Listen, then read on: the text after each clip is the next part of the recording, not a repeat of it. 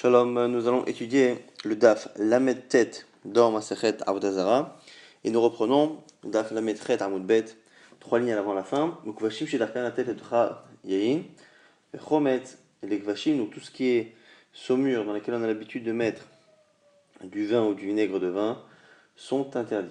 Macheskia Loshano et la Shedarkan, Aval, Beyadoua, Asura Filubana. Ici on a cité ça dans la Mishnah, parmi les choses qui sont interdites à la consommation, mais qui sont autorisés au profit.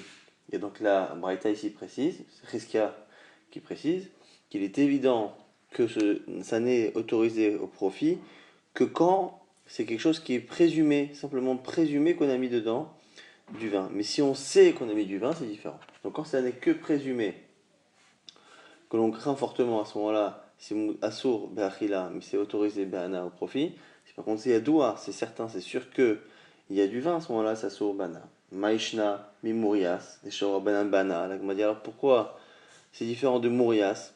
Donc Mourias, c'est ce jus-là qui fait à base d'entrailles de poisson dans lequel on mettait parfois du vin et qui lui-même quand il y a du vin c'est autorisé au profit, simplement interdit à la consommation. La Gemara Tam, et la Avourez Ouama, Achale Matuke Ta'ama, la Gemara propose de dire qu'il y a une distinction, c'est que dans le cas là-bas du Mourias, il y a du vin, mais le vin n'est là-bas que pour enlever la mauvaise odeur, pas pour donner du goût, alors que là ici c'est pour adoucir le goût, et donc du coup en fonction de l'intention du goy, l'importance du yain nesser est plus grande.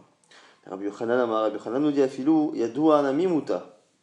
Il dit que même dans le cas où on sait qu'il y a du vin, ce serait autorisé bana.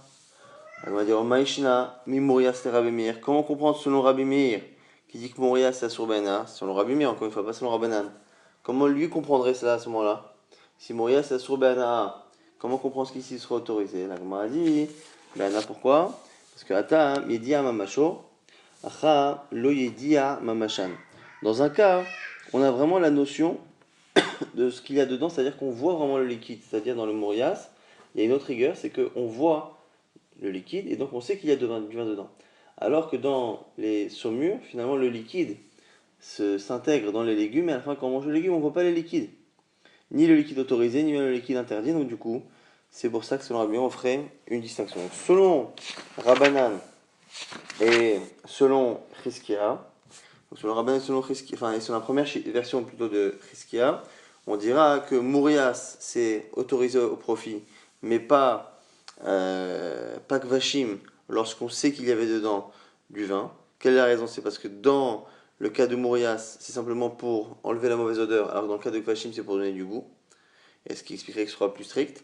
Selon Rabbi Meir et selon Rabbi Yochanan, si on les met les deux ensemble, on voit que c'est Mourias qui est interdit au tout profit. Et c'est finalement Shlakot, Kvashim, plutôt Kvashim qui seraient eux autorisés au profit dans le cas on est sûr qu'il y a du vin, c'est parce que dans le cas des shlakot, des kvashim, on ne voit pas le liquide, dans le cas du morias, on le voit. La suite de la Mishnah, Tarit Troufa, Vetsiye She'en Badaga, Kilbit, Tetetbo, on avait dit Tarit Troufa, et entre autres, à la fin, on avait dit Chilak. Chilak, c'était un petit poisson, et qui pouvait avoir un équivalent qui lui ressemblait, et qui était interdit. Et on avait peur que dans les filets, les deux soient pris, et qu'on se retrouve à manger l'un à la place de l'autre. On va nous dire Marav Nachman, Baraba Marav, ici on cite Rav, Zo Sultanit. Ce fameux poisson-là dont on parle, il s'appelle Sultanit, Mipnema Asura. Et pourquoi finalement c'est interdit? Mipne chez Arbona Olaima. Pourquoi ce chil qui à la base est autorisé? Pourquoi? C'est parce que justement, Arbona Olaima, en général dans les filets, partent avec lui des poissons qui lui ressemblent mais qui ne sont pas cachés. Tanourabanan Imbraïta.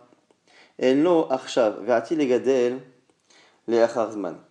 Un poisson qui n'a pas tout de suite tous les simanim, mais qui va finir par en avoir. Quand il est jeune, il n'a pas les écailles, il n'a pas les nageoires, mais avec le temps, il va finir par les avoir. Est-ce que c'est bon? Kegon à Sultanit, Verafian, comme le Sultanit en question, Verafian Arizemutar, c'est autorisé. Donc on peut prendre un poisson qui n'a pas d'écailles et nageoires si il est d'une race qui va faire que normalement, à l'âge adulte, il va en avoir. Yeshlo Arshav, Verati Lehashir. Et maintenant l'inverse. Un animal qui dans l'eau a des écailles et des nageoires. Simplement lorsqu'il sort de l'eau, et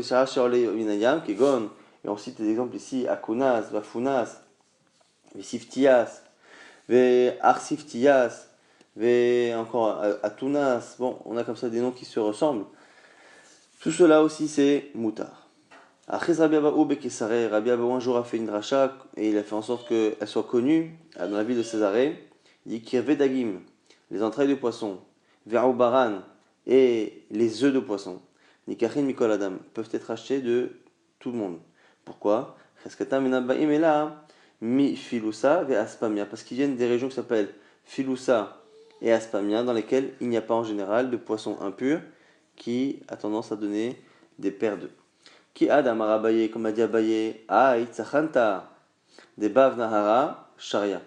Comme ici a dit Abaye, Abaye a dit que le fameux Tsachanta, c'est le chilak, le fameux poisson, qui est dans le fleuve qu'on s'appelle ici Bav Nahara. Sharia est autorisé, Maïtama, pourquoi? Il est même Shumner Dife Maya. Alors ici, donc, on a une certitude qu'en fonction des régions, il n'y a pas l'équivalent du chilak en poisson tamé ou l'équivalent des poissons qui font des œufs. Donc il n'y a pas beaucoup de poissons qui donnent comme ça des Adam Hot. Eh bien, si dans cette région-là il n'y a pas de poissons tamés, on n'a pas de raison d'être recherche. Là ici, dans le même genre, il dit voilà, tous les chilak, tous les tzachanta qu'il y a dans ce fleuve-là sont autorisés. Alors, donc ça veut dire quoi? Ça veut dire que dans ce fleuve-là, il n'y a pas l'équivalent entamé. Bon, la Gemara essaye de comprendre pourquoi. Mishum dit fait mayartek parce que c'est l'eau qui est vive. Aïda kevan delit belechot shitashidra bedurta. Il y a dit mayalo matikae. Et peut-être que parce que en général justement cet animal-là dont on parle qui serait impur et qui ressemblerait à Tsachanta, il n'a pas de colonne vertébrale dure qui lui permet d'avoir la force de remonter le courant. La Gemara dit c'est faux, ça c'est pas un argument.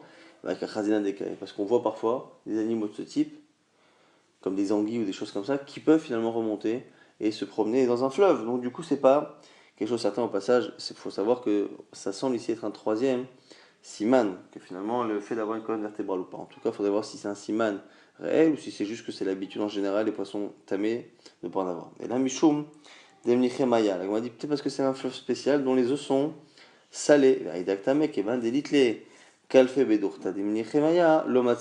peut-être que du coup, ce poisson-là, comme il n'a pas d'écailles, peut-être qu'il est gêné par le sel. Il m'a dit là aussi. Bah, nous on connaît des poissons qui n'ont aucun problème à vivre dans l'eau salée, sans écailles. Il m'a dit la mishum de l'omarbe tina daktame. Il m'a dit parce que peut-être que les poissons, il a l'air d'estimer que ces poissons-là naissent dans le sol, dans le sable qu'il y a, ou dans la terre qu'il y a sous l'eau du fleuve, et que en fonction des régions, il y a des régions qui ne sont pas propices à la création de telle ou telle espèce. Et maintenant qu'il y a d'autres fleuves qui sont venus se déverser dans ce nahar qui s'appelait Bab, et bien du coup, ce fleuve-là prend le même statut que n'importe quel fleuve, et donc on peut y trouver des poissons tamés, donc on ne peut pas forcément prendre tous les tsachanta qui viennent de là-bas. Maintenant on va parler de certains animaux qui ressemblent, donc Manan Khoulin a l'air de dire que il existe dans la mer l'équivalent de chaque animal qui existe sur la terre. Donc là ici on a un animal qui s'appelle Khamara de Yama, l'âne de la mer, et le taureau de la mer. Ne me demandez pas exactement c'est quel poisson, je ne saurais pas forcément vous le dire. Et en tout cas, on nous dit que finalement le Khamor, l'équivalent de l'âne est pur, kasher, et du taureau justement ne l'est pas. Et donc le simaner ici que c'est complètement afour, hein. Mais si tu t'en rappelles, rappelle-toi que l'équivalent d'un animal pur sur terre est impur dans la mer et inversement. Amaravashi, Shefar, Noura, Share, Kedash, Noura, Assir. Là aussi deux types de poissons, même si on ne les connaît pas nous forcément, et qui ont des noms ressemblants. À chaque fois c'est Nouna, mais un Shefar Nouna et l'autre Kedash Nouna. Mais c'est le Kedash qui est assaut, simaner, Kodesh Lachem. Tu te rappelles de ce qui est Kodesh pour Hachem et qui est interdit au profit. Et donc c'est pour ça qu'on ne peut pas toucher à celui qui a le mot Kedash dans son nom. Il y en a qui disent que Gvar Noura Assour, et Simaner qui ferait avec Kochavim, que celui qui est Assour c'est Kevar, Nuna, Kevar Mileshon Kvura, quelqu'un qui est enterré, et que du coup on n'a pas le droit de profiter des Kivrei des Kochavim, des Kivrei des non-juifs.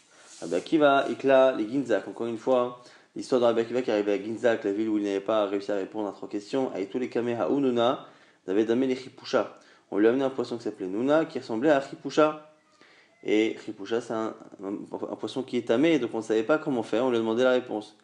Khafie bedikula, chazabe kalfe veshari. Il a mis dans un panier, et le poisson s'est débattu, et à force de se débattre, on a pu voir dans les trous comme ça du panier qui avait un reflet, on voyait qu'il y avait finalement des écailles. Ravashi ikla et Tamdoria. Ravashi est parti à Tamdoria avec tous les caméras où Nuna de Avadame les tzloufra. Donc on l'a amené un poisson, encore une fois ce Nuna qui ressemblait cette fois à un tzloufra, donc là aussi un poisson tamé impur. Aktela de Yoma, Hazada Bebe Simche Veshaya. Il a mis face au soleil, et face au soleil on a réussi à voir les écailles. Ravashi ikla la ou atra. Ravashi est arrivé dans un endroit. Avec tous les caméras Nuna, Davedame et Shfarnuna. Cette fois le Nuna qu'on lui a apporté ressemblait à Shfarnuna. Le fameux Shfarnuna. Alors, non, c'est pas a priori le. Ou sinon, Shfarnuna, c'était ce qui est autorisé, et on lui a apporté quelque chose qu'on pensait peut-être être un Nuna interdit. En tout cas, quoi qu'il arrive, encore une fois, l'idée, c'était de savoir si c'était Taro Tamé. Khafie, Mirchele Chivare. Et il l'a mis dans une bassine blanche. Chazabe Kalfe Vesharia. Et le fait de le mettre dans une bassine blanche a permis finalement de faire refléter les nageoires, les écailles. Donc du coup, comme ça, on a su qu'il était autorisé. Rabba Bachana Ikla, les Akra des Agma. Rabba Bachana est parti un jour dans un endroit qu'on appelait Akra des Agma. Donc un endroit dans lequel il y avait des marécages a priori, parce que c'est le nom de l'endroit, dans le marais, tiens, peut-être. Chariboulé, Tsachanta, on lui a apporté ici Tsachanta. Et Tsachanta, a priori, ici c'était Kacher. Shamaela ou Gavra, Davakarele, Baté. Il y avait un homme qui était en train d'en manger. Et quand il a mangé, il l'a appelé sous le nom de quelque chose qui est interdit.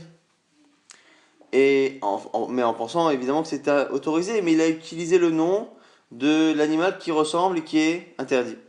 Ama midi kakarele bate. Il dit tiens, s'il appelle comme ça, Shma mina davartame idbe. C'est peut-être qu'il y a un doute. Lo achal mine, il ne l'a pas mangé. Le safra ayin ba. Le matin, il est parti faire son enquête.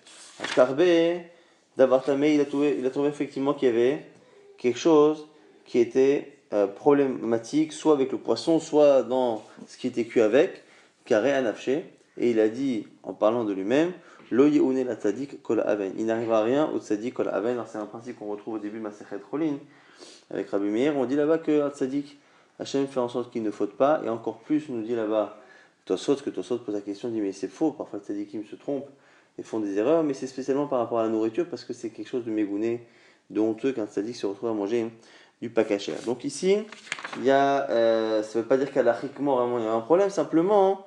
Comme c'est un poisson sur lequel il peut y avoir des problèmes, lui il utilise ça comme un siman, un peu comme si aujourd'hui dans les fausses crevettes il y avait parfois des problèmes et que quelqu'un était au restaurant et comme il entend le voisin dire tiens j'ai bien envie de manger des crevettes, il entend voilà dire en entend le mot crevette, il dit tiens c'est louche, c'est peut-être que c'est un siman qui a quelque chose de tamé, il se renseigne, il se rend compte que finalement le restaurateur a fait une bêtise, ainsi de suite.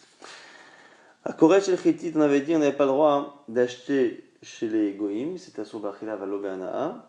Tout ce qui était Chitit, donc Chitit c'était une épice, un végétal très épicé, et qui était coupé parce que justement, la Gemara explique tout Maïtama pourquoi, mais Shum de Masekele Vesekina, parce que c'est coupé avec un couteau qui lui-même n'est pas caché. Ah,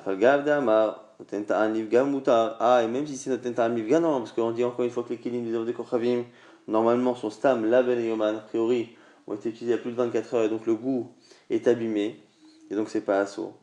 Mais c'est différent lorsqu'il y a du Kharif, lorsqu'il y a du piquant. Le piquant a tendance à réveiller le goût qu'il y a dans le couteau et à le rendre noten ta'am lishvar. Va venir noten ta'am lishvar ve'asso, et ça devient un ta'am, un goût qui améliore, et c'est asso.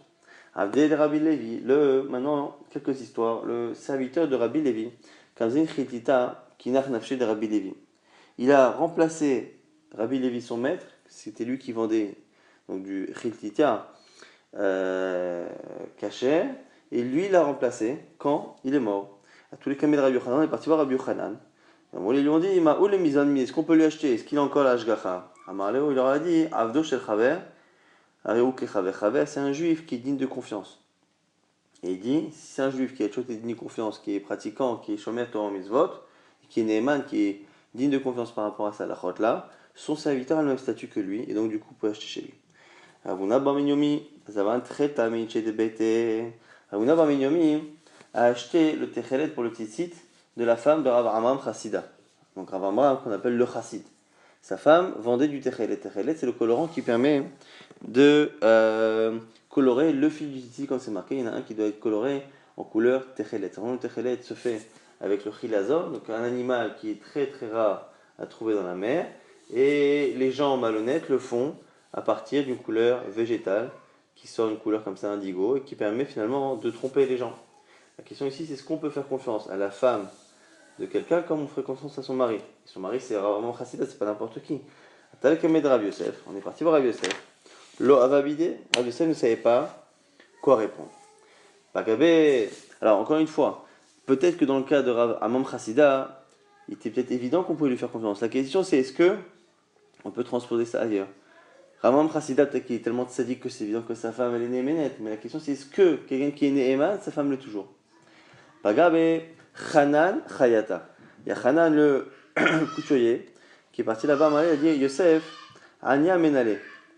Alors Rav Yosef il a dit bon, Yosef, on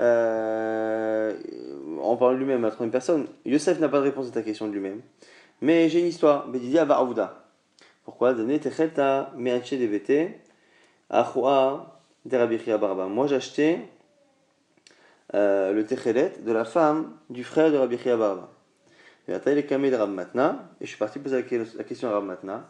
L'ov abidé, là aussi, ne savait pas quoi me répondre. Ataï kamé de Ravuda, mais Agronia. Ravuda de Agronia m'a dit Amarli, la fata les Didi, tu es venu à moi, tu es tombé vers moi. Achir mar Shmuel, je vais te donner la lacha de Shmuel. Eishet Chaver, Eike Chaver. La femme d'un Chaver, quelqu'un qui est Neeman, qui est digne de confiance, a le même statut que lui. Et donc, c'est la raison pour laquelle on peut acheter. Tanora Banana Ibraita, Eishet Chaver, Eike Chaver. À la fois la femme, à la fois le serviteur. La Chaver a le même statut, la même confiance que lui. Chaver Shemet, maintenant, si le mari est mort, Ishto Banav, ou Midebeto, Areen Katan, Ad Sheichashlu. On dira que la femme et les enfants gardent le statut de confiance de leur père jusqu'à ce qu'on commence à avoir des soupçons réels.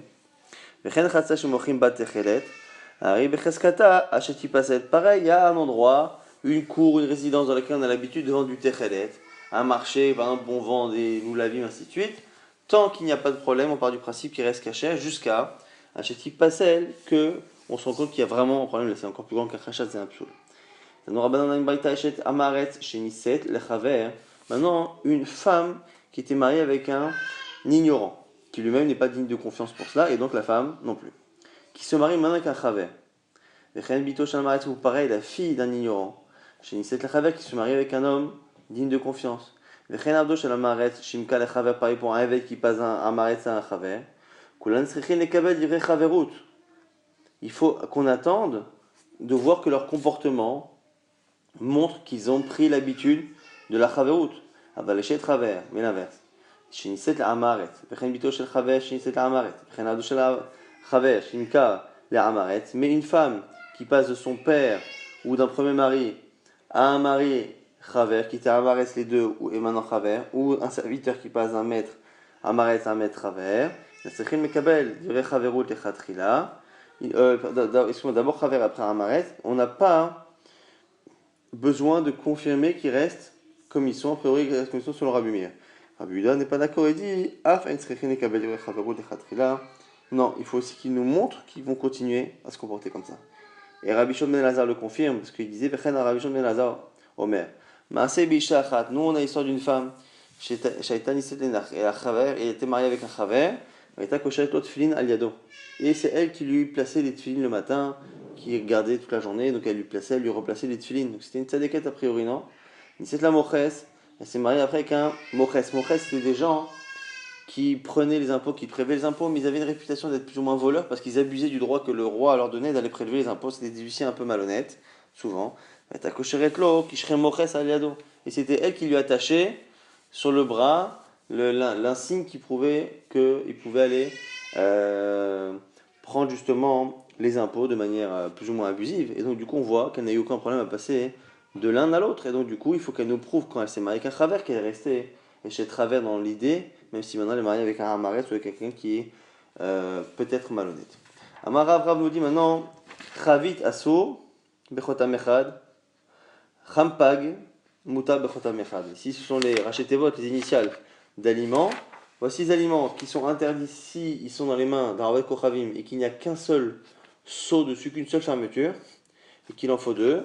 Et par contre, ceux qui sont moutards, c'est champag. Alors, on va expliquer ce que c'est les premiers. Chavit, chalav, le lait, bassar, la viande, yaïn, le vin, techelet. Alors, ici, on les comprend tous, sauf le chalav. Chalav, on n'a jamais vu qu'il fallait deux chotamot. On verra que la Gemara va corriger pour chalav. S'il n'y a qu'une seule fermeture, ça ne marche pas. Chibit, moyas, pat, gvina, utarim, bechotam echad. Par contre, chitit, donc c'est le fameux végétal harif, piquant. Morias, le jus de gras de poisson. Pâte, le pain, gvina, le fromage. Il suffit qu'il y ait une seule fermeture pour qu'on puisse l'acheter chez le goy. Pâte, les maïs là. Qu'est-ce que l'on peut craindre pour le pain? Im shou michaloufé, si tu as peur qu'il change le pain avec un autre qui est meilleur.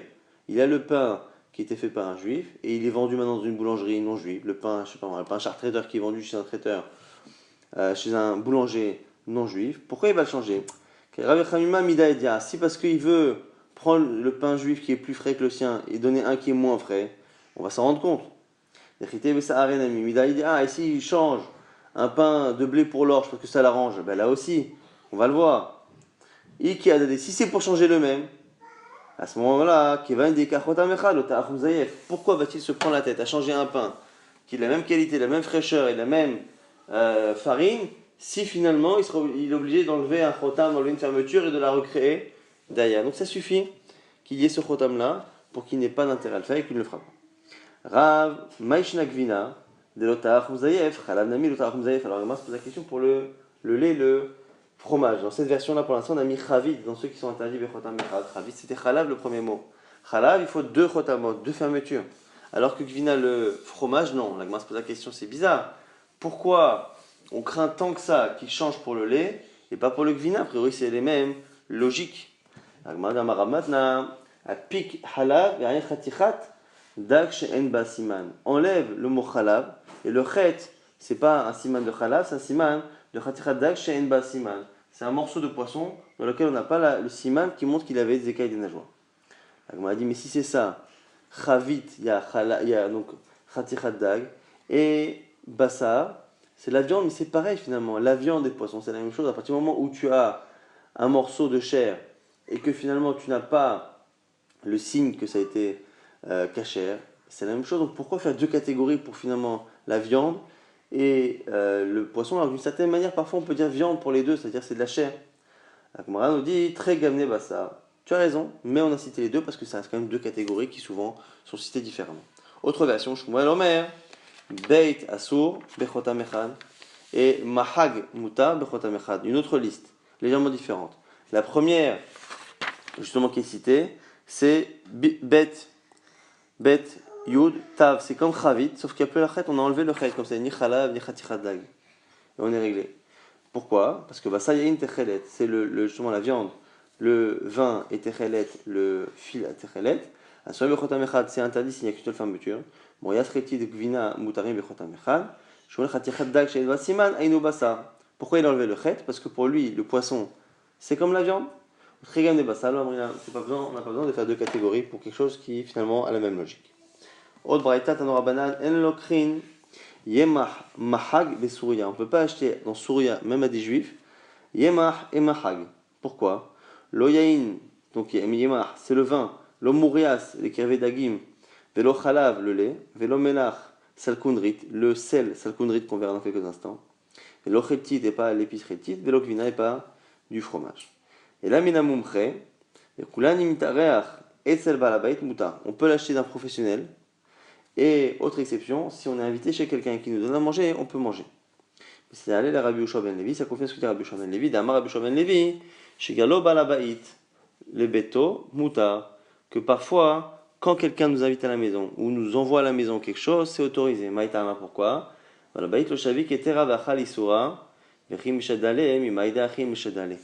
Quelqu'un qui peut vendre parfois à l'extérieur quelque chose qui n'est pas top au niveau cache-route, lui-même à la maison mange cachère. Un peu comme ceux qui disent qu'ils mangent dehors pas très cachère, mais que la maison chez eux elle est cachère. Il y a un peu cette idée-là. Et pareil, quand il envoie quelqu'un à manger en perso, il lui envoie quelque chose que lui-même mangerait et donc qui est cachère.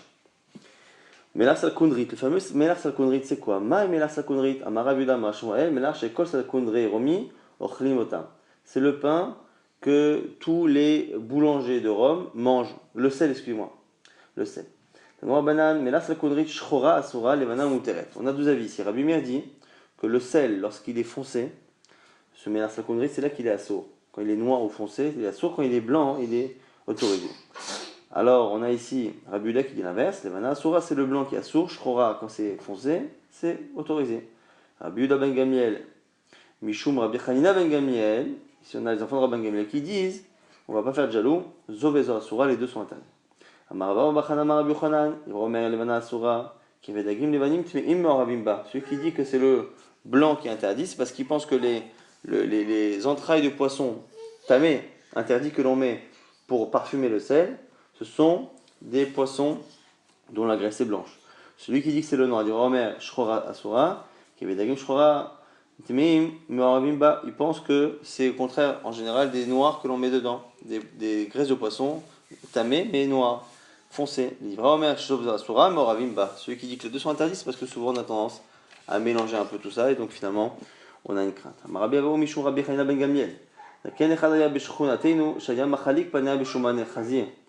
Il y avait un type dans notre shruna, dans notre voisinage, qui avait tendance à graisser le gros sel avec shuman chazi, avec du sindou, avec de la graisse qui est faite à base de porc.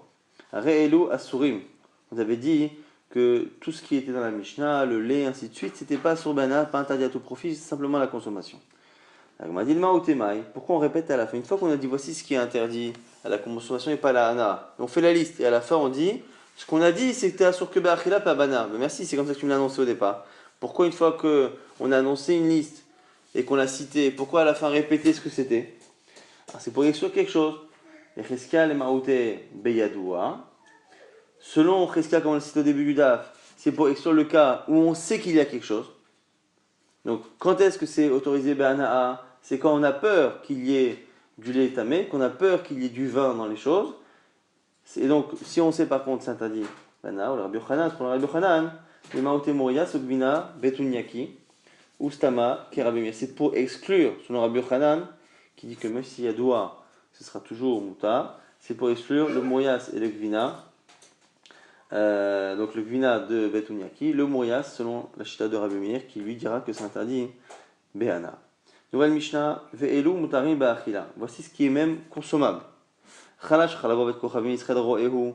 Un lait qui a été trait par en bet kochavim, mais Israël le juif était présent. Il le voyait. Adevash, le miel. Vadavdaniot, et des grappes de raisin. Afalpi, Shemnatefin, même s'il y a du jus qui coule un peu, on estime que le liquide qui coule n'est pas du vin et que ça ne permet même pas de transmettre la touma, c'est même pas un conducteur à la touma. Vashim, tout ce qui est saumure, dans lequel on n'a pas l'habitude de mettre du vin ou du vinaigre de vin. Tarit Shenatrufa, le fameux poisson tarit mais qui n'est pas coupé. Tir Sheshbadaga, le tir dans lequel il y a un poisson qui montre que c'était pur. Voilà, chez le chitit, et des feuilles de chitit mais qui ne sont pas coupées. Vezete gluskaot, un goulgalin, et des grosses olives que l'on met finalement dans un grand pot avec de l'huile. Rabbi Yosomer, ashlachim, asurim, hagavim abaim, minaslula. On nous dit ici que les shlachim, on verra ce que c'est shlachim, c'est asurim, et hagavim abaim minaslula, ici on parle des sauterelles qui se vendent dans la rue comme ça, c'est assour. Mina eftek, mais si il ne le vend pas dans la rue, mais qu'on l'achète directement dans le magasin, on va dire, dans un endroit, là où il est l'entrepôt, mutarin, et pareil pour la trouma, on verra exactement tout cela plus tard. Tanina le'adatno rabbanan, on a une braïta qui confirme ce qu'il y a dans la Mishnah. Yoshev Israël vetzad aydro shel avdei kochavim. On peut avoir un juif qui s'assoit à côté du troupeau d'un Oved Kochavim. Le Oved Kochavim cholev lo ou mevilo ve'ino choshesh.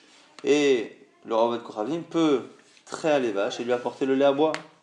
L'agma se demande quelle est la situation. Echidame.